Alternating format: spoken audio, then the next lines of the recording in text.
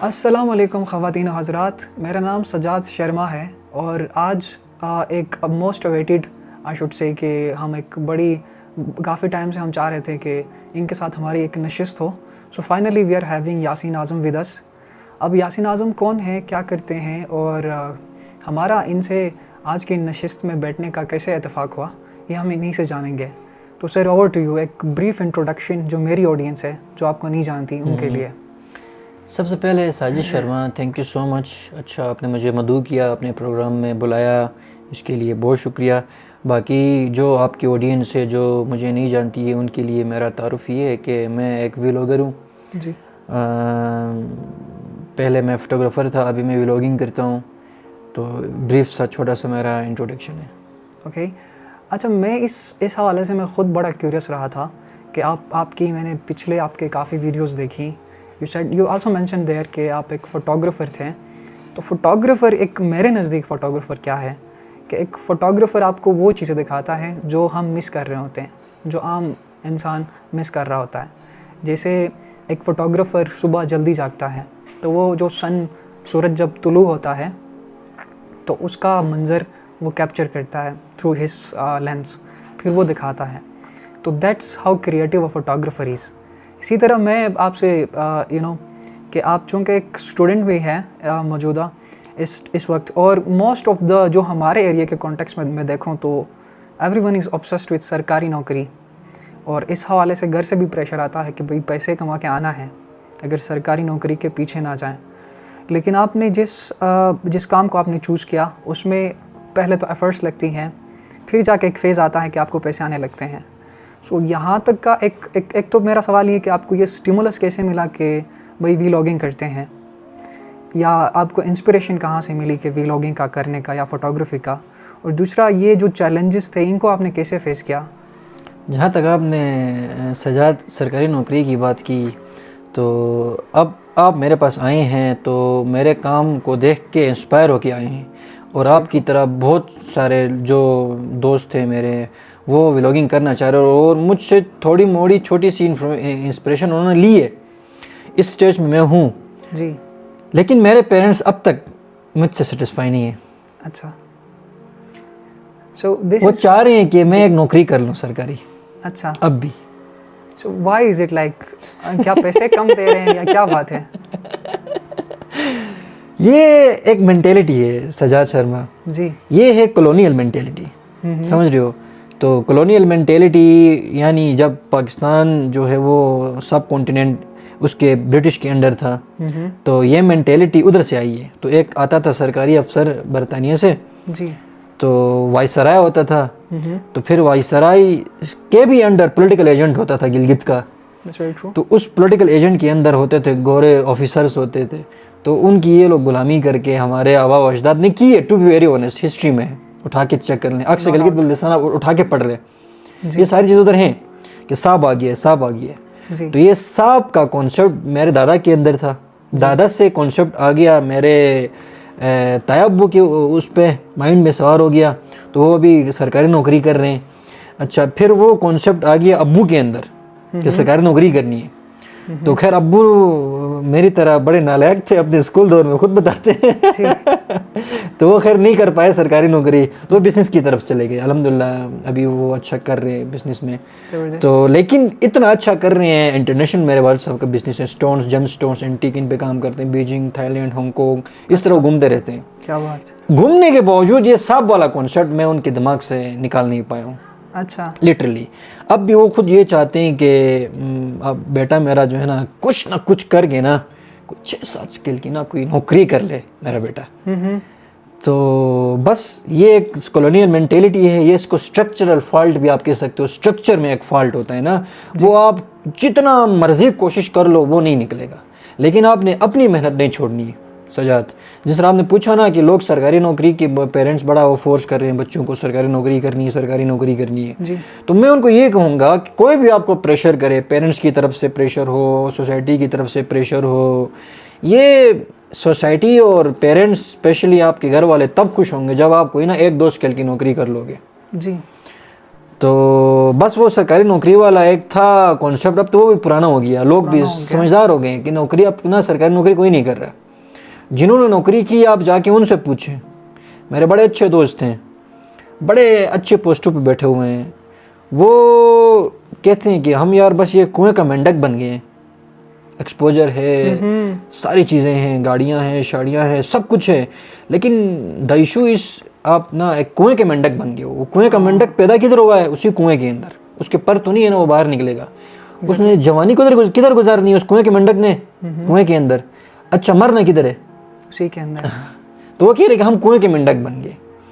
तो आप अगर कोई बिजनेस करते हैं, कोई क्रिएटिव ऐसा काम करते हैं, यार आजकल तो दुनिया ग्लोबल विलेज बन गई है, ये आपका एक लैपटॉप, उसी के अंदर आप बिजनेस भी करते हो, पैसे भी कमाते हो। So they have a limited world view, right? Limited world view, exactly ऐसा ही है, ऐसा ही है। अच्छा, मैं इस हवाले से, जो जैसे आपने इतने मुश्किलात के बावजूद यू नो आपने एक स्टार्ट ले लिया, तो आपकी अगेन कंटेंट क्रिएटर्स में कोई इंस्पिरेशन रहा हो that you took inspiration and started making videos? अच्छा, वीडियोस वाली इंस्पिरेशन से पहले फोटोग्राफी वाली इंस्पिरेशन पे बात करते हैं। यानी आप प्रेप क्लास, नर्सरी क्लास की बात कर लो। जब मैं 9 मैट्रिक में था तो हमारे अच्छे दोस्त हैं अभी कमर वज़ीर, काजिम वज़ीर, उनकी तस्वीरें आते थे सामने, वो हमारे एज फेलोज थे, हम भी बच्चे थे, वो भी बच्चे थे। हम कौन से बच्चे थे? वो गली डंडे से खेलने वाले, वो बंटे करने वाले बच्चे थे। अब वो कौन से बच्चे थे? फोटोग्राफी करने वाले बच्चे, नेचर को कैद करने वाले बच्चे। उनके पेरेंट्स जो है वो उन्होंने कैमरे खरीद के, आईफोन खरीद के उनको दिया था जी। हाँ, वो बच्चे थे। हम कौन से बच्चे थे? हम फ़ोन के करीब नहीं जाना, तुमने जब तक ये FSC नहीं कर लेगा, इसको टच फ़ोन हमने नहीं देना है। तो वो FSC वाला वो वेट कर रहे थे, FSC कब करेंगे, वो टच फ़ोन आएगा ना हमारे पास। तो हम वो वाले बच्चे थे।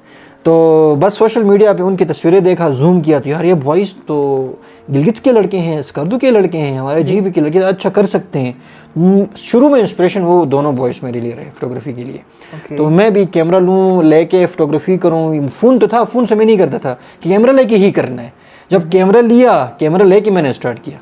अच्छा, तो वो इंस्पिरेशन थे फोटोग्राफी के लिए। अच्छा, वीडियोस के लिए आपका क्वेश्चन कि कौन इंस्पिरेशन था, तो वीडियोस के लिए मेरा इंटरनेशनल कुछ व्लॉगर्स है वो मेरे इंस्पिरेशन रहे हैं। सैम कोल्डर, शुरू में इंस्पिरेशन मेरा सैम कोल्डर था। बड़े अच्छे यूट्यूबर हैं, ट्रेवलर हैं, ट्रेवल करते हैं, फोटोग्राफर हैं, तो वो मेरे लिए इंस्पिरेशन था। बड़ा अच्छा वो ट्रेवल करते हैं, जिस अंदाज से वो ड्रोन उड़ाते हैं, मज़ा आता है एक वो व्लॉगिंग में। अच्छा, सेकंडली ये जो सीरीज़ मैंने स्टार्ट की है 30 आयरन लेडीज़, तो इसमें मेरा इंस्पिरेशन ये थोड़ा सा डिफरेंट नीश का है।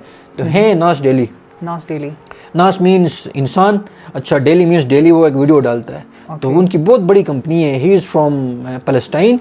करेंटली वो हैं दुबई में, उनकी पूरी कंपनी इस्टेब्लिश्ड है, तो वो बड़ा बेहतरीन कर रहे हैं। वो दोनों मेरे इंस्पिरेशन है। अभी हिडन आयरन लेडीज़ और 30 स्टील मैन का इंस्पिरेशन भी मैंने वो नास डेली से ही लिया हुआ है। तो ये मेरे लिए इंस्पिरेशन थी, ये दोनों व्लॉगर्स। बहुत ही इंसाइटफुल। अच्छा, इसमें एक और चीज़ मैं पूछना चाह रहा हूँ कि जैसे गिलगित के कॉन्टेक्स्ट में अगर हम बात करें या ओवर इन जनरल पूरी दुनिया की बात करें, तो हमारी जो कॉमन एक साइकी ये है कि मुस्बत चीज़ों को बहुत कम देखते हैं। मैंने देखा है जैसे पाकिस्तान के ही बहुत अच्छे आपको कंटेंट क्रिएटर्स आपको मिलेंगे, उनके सब्सक्रिप्शंस आल्दो के मिलियंस में हैं, लेकिन व्यूज़ देखेंगे 1 लाख के बीच में अराउंड, फिर आगे नहीं जाती। जबकि डक्की बाई को देखो, करीम नाती को देखो, गालियाँ ही गालियाँ हैं, व्यूज़ देखो तो मिलियंस में, कुछ ही मिनटों में मिलियंस में जाती है। तो यहाँ आपको क्या, आपके नज़दीक आपका क्या कमेंट है कि हमारी ऑडियंस जो है ना वो नेगेटिव कंटेंट की तरफ ज़्यादा जाती है और जो मुस्बत जो भी कंटेंट आता है उस पर बहुत कम लोग देखते हैं। So what's the issue that you see? Sajad, जहाँ तक मेरा नॉलेज है, मेरा पर्सपेक्टिव है, ये एक बबल है, ये कब तक रहेगा? आप टिकटॉक की मिसाल ले लें। टिकटॉक में पहले सिर्फ नाचने और गाने वाले जाते थे। देखो, नाचना गाना is not a bad thing, it's a good thing, लेकिन उधर लोग बस लिप सिंग करके वो गानों पे खुद ही नाचते थे। अच्छा, अजीब गरीब सा वो डांस ला रहे हैं, तो वो समझते थे टिकटॉकर एक गाली बन गई थी, ये टिकटॉकर है यार, छोड़ इसको। समझो अभी क्या है, अभी अच्छे अच्छे व्लॉगर्स, अच्छे अच्छे लोग, अच्छे अच्छे इंस्टाग्रामर्स, अच्छे अच्छे पॉलिटिशियन टिकटॉक में। तो जो फजूल कंटेंट ला रहे थे, जो ठुमके लगा रहे थे, वो उनका थोड़ा सा ना पीछे स्लो हो गया काम। क्यों? टैलेंट आ गया ना, टैलेंट आ गया। इधर भी इस तरह, यूट्यूब में भी इस तरह। ये देखो, अब ये डकी भाई लोगों ने बहुत मेहनत की शुरू में ना, इन्होंने अब जिस तरह किए, इनकी नीश पता है गालियों वाली है, तो अब ये आ गए हैं, अब ये गालियाँ नहीं, ये नाते भी पढ़ेंगे तो भी ये वायरल होंगे, अगर अच्छा कंटेंट लाएंगे तो भी ये वायरल होंगे। बिल्कुल। समझ रहे हैं, इनकी नीश जो है ना, इनकी पर्सनल लाइफ इनकी नीश है। तो अब इफ़ यू कंपेयर डक्की भाई और carry मनाटी with international vloggers, for example आप उस मिस्टर बीस्ट की बात करें, जी। यार टैलेंट जा के उठता है। समझते हैं ना, डक्की भाई कोई हमने उसको ना एक बड़ा बहुत यूट्यूब का बाप बनाया हुआ है जी। ऐसा बिल्कुल भी नहीं है। केरे मनाटी को हमने यूट्यूब का बाप बनाया हुआ। चलो केरे मनाटी तो फिर भी ट्रेवल करके दुनिया दिखाता है, डक्की भाई बेचारा बस वो एक फ्रंट कैमरे से स्टार्ट होती है, फ्रंट कैमरे में ख़त्म होती है। समझ रहे हैं ना। तो ऐसा नहीं है, इससे बड़े बड़े व्लॉगर्स भी बैठे हुए हैं। उसको देखें आप, मिस्टर बीस्ट को देखें। देखा आपने मिस्टर बीस्ट को? I have heard about him, लाजमी देखें। यूट्यूब अपनी पॉलिसी मिस्टर बीस्ट से पूछ के बनाता है। अच्छा, पूछ के बनाता है अपनी पॉलिसी। नया फीचर देगा मिस्टर बीस्ट के यूट्यूब पे आएगा वो पहले। अच्छा। अब आप कैप्शंस में जाके उर्दू मेंशन करेंगे, अब मिस्टर बीस्ट उर्दू में बोलेगा। क्या बात है। वो फीचर यूट्यूब ने सिर्फ मिस्टर बीस्ट के आईडी पे दिया है, चैनल पे दिया, मेरे आईडी पे चैनल पे नहीं दिए।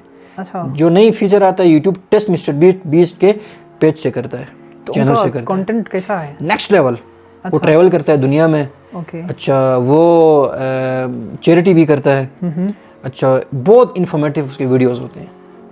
तो जिस तरह मतलब लोग गालियाँ ही देखते हैं, ऐसा कब तक होगा ये? हाँ देखते हैं, टैलेंट जा के ना उसने उठना है। अब मूरू देखें, मूरू कितना टैलेंटेड बंदा है। Exactly. लोग मूरू को स्पॉन्सरशिप ज़्यादा मिलती है एज कम्पेयर टू डक्की भाई। बिल्कुल। समझ रहे हैं। अच्छा, इरफान जिनोजो है, ये बाप है। सब कुछ करते हैं, एडिटिंग भी करते हैं, ड्रोन भी उड़ाते हैं, डायरेक्शन भी देते हैं, डायरेक्टर्स भी हैं, तमाम चीज़ें करते हैं। तो टैलेंट ने जा के उठना है। तो उनकी अपनी फ़ैन फॉलोइंग है। अच्छा, डक्की भाई की अपनी फ़ैन फॉलोइंग है। हाँ, इसको हम अगर टैलेंट है ना अपना सजाद आपके पास, उठना है। एग्जैक्टली। अच्छा, इसके हवाले से मैं जैसे यू टॉक ऑफ मोरो मेरे पर्सनल इंस्पिरेशन रहा है, और आपके कंटेंट को भी मैंने काफ़ी हद तक मोरो के कंटेंट से जो है ना सिमिलर मैंने पाया। तो मैंने जहाँ तक मोरो को देखा है, या इरफान जुनेजो या दूसरे जो अच्छे कंटेंट क्रिएटर्स हैं, उनकी जब मैं देखता हूँ कि किताबों के साथ या अदबी लगाव उनका ज़्यादा रहता है। मतलब वो जो भी बात करते हैं, कोई इंसाइटफुल चीज़ शेयर करते हैं, कोई इंसाइटफुल बात करते हैं, तो स्टडी उनका ज़्यादा वास्ट है। सो आपके नज़दीक एक अच्छे कंटेंट क्रिएटर बनने के लिए क्या किताबों का मुतालिया करना ज़्यादा अहमियत रखता है, या भाई मोबाइल उठाया कंटेंट क्रिएटर बन गए? सो आपके नज़दीक क्या है? पहला वाला, किताबों वाला। Good readers are good speakers. Good readers are good leaders. Good listeners are good speakers. That's very true. Okay. देखो आप YouTube, अभी आप कुछ कैमरे के सामने कुछ बोल रहे हैं तो इसका मतलब आप कुछ किसी को लीड कर रहे हैं, किसी को मोटिवेट कर रहे हैं, किसी को गाइड कर रहे हैं, तो उसमें आप लीडर है जी। एक पूरी आवाम को पीछे उस आइडिया के पीछे लेके आ रहे हो, तो आप लीडर हो। एक गुड लीडर के लिए क्या करना है? रीड करना है। रीड नहीं करोगे, लीडर ही नहीं बन पाओगे। लीडर वो नहीं है कि जी सड़क पे खड़े होके ये जिए जरदारी तो जिए बिलावल, नहीं। मतलब एक गुड लीडर के लिए आपने पढ़ना है। तो ये यूट्यूब में जो आप कर रहे हैं, मोटिवेशन स्पीकर बने हुए हो, उसके वो आप लीडर हो। आप अगर एक मोटिवेशनल स्पीकर हो तो आपने लोगों को लीड करना है, गाइड करना है, लोगों के माइंड्स को अल्टर करना है, आपने तब्दील करना है। आप लीडर बन गए, वो लीडर है। एक लीडर के लिए आपने अच्छा रीडर बनना लाजमी है, आपने बुक्स पढ़नी है, डिफरेंट किताबें पढ़नी है। अच्छा, when it comes to motivational speaking या इस हवाले से मैंने देखा है कि देयर इज़ अ कॉन्ट्रडिक्शन। जो आपने बात की इसका और उसमें बड़ा कॉन्ट्रडिक्शन मुझे मिलता है। वो ये कि लोगों की खुद की लाइफ बड़ी डिस्टर्ब रहती है, they go and start motivating other people. तो इसमें मतलब मैं पर्सनली मेरा बड़ा क्रिटिक रहा है इनके ऊपर कि भाई पहले तो खुद कोई अचीवमेंट कर। जैसे मैं आपके पास आया हूँ तो I have seen your content, वो खुद मेरे लिए